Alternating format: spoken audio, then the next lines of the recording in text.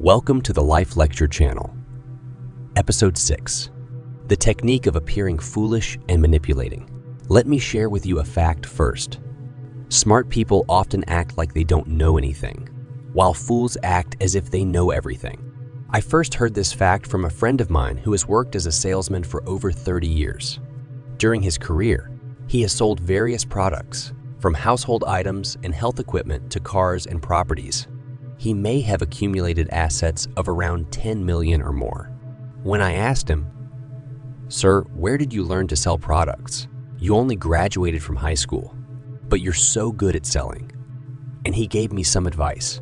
It's easier to deceive someone who is arrogant, and the more arrogant they are, the easier it is to take money from them. At the time, I didn't understand his advice. I didn't get it. But after talking to various people, including successful and manipulative individuals, many of them gave me similar advice. Let me give you another example, advice from one of my coffee shop owner clients. If you remember, I mentioned it in a previous video. He advised me, never think that you're already smart because fundamentally, all humans should always keep learning. When I heard that advice, my career was going well, and I felt successful. I had many clients, and my other businesses were thriving. Like successful young people, I felt excited and superior, thinking I was very smart and great. But when someone with assets of tens of millions still says that they are not smart and that they still need to learn, why should I, who only have hundreds of millions, be arrogant? This is where I started pretending to be foolish, because I remembered the quote from Enlightening, a French philosopher who said, "There is no one more foolish than someone who thinks they are wise, and there is no one wiser than someone who thinks they need to learn." You might often observe that successful people around you are not arrogant. The arrogant ones might be their spouses, parents, or children, even though they might not have contributed to the person's success. Okay, let's get straight to the material. Appearing foolish can be an incredibly powerful weapon and is also one of the main weapons of manipulators. Imagine this from a manipulator's perspective. What would happen if people considered you smart and great? They would be suspicious that you are clever enough to deceive or exploit them, even if you actually intend to exploit them, right? Because successful manipulation depends on being subtle or covert so that the target doesn't realize they are being manipulated. When they realize it, it's too late. It's like you're showing off the knife you're going to use to stab them right in front of their eyes. People who are not too foolish, those who aren't complete idiots, will become cautious and avoid being manipulated or exploited. Let's discuss this in practical terms. I'll give you an example from a financial perspective. In the beginning of the video, I told you about my friend who had been a salesman for over 30 years. However, when he was negotiating or making deals with his targets, he would claim that he had never worked in sales before or had only been doing it for a short time. He'd say something like, "Well, I just started selling land like this. It's only been 3 months and nothing has sold yet." Why did he say that? Because people wouldn't think that they are being manipulated by an amateur. For instance, if you say, "Well, I've been selling properties for 30 years, sir," your target would get suspicious, thinking that you're an experienced player who knows the best prices, and they would haggle with you.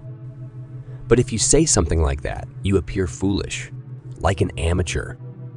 Your target might even willingly provide information that you can use to increase your selling price, because they wouldn't think you'd use that information to your advantage. For example, if you know that a piece of land is strategically located, you can ask a simple question like, "What are you planning to build there?" And they might say, "I want to build a cafe." With that information, you can deduce that a cafe in that location should be strategically placed, or it wouldn't get much visibility. They would have to spend more on marketing and so on. This means that the property you're selling is strategically located for a cafe, and you can negotiate a higher price. Another benefit is that people tend to want to help those who are less knowledgeable than them. For example, in an academic setting, if you pretend to be foolish, you can ask challenging questions about the subject matter, and your professor will answer and explain. Then you can provide a smart conclusion. This way, you'll earn extra points because you appear engaged, and the professor believes you grasped the material quickly when you're just playing along. Another example is that when you act foolish to maintain your appearance, you'll ask more questions. People often do that when they're not very bright, right? And if you've seen my previous videos, asking the right questions can help satisfy the ego of your target.